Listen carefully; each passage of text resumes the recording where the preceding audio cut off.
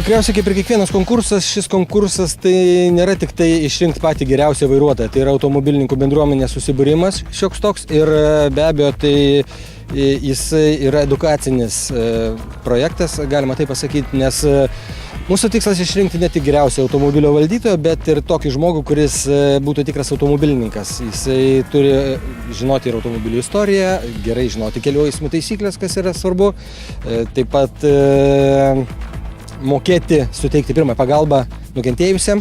Todėl mūsų atrankos etapuose yra viktorinos, kuriuose yra daug klausimų apie įvairias temas. Tai yra eismo saugumas, tai yra kelių eismo taisyklės, tai yra automobilio žinojimas, galbūt tiek sandaros, naujausių technologijų automobilio žinojimas, automobilizmo istorija. Visi šitie dalykai padeda atsijoti tuos žmonės, kurie tikrai gali tapti geriausių Lietuvos vairuotojų, o jau tik po to pasirodyti, ką jie gali prie vairo.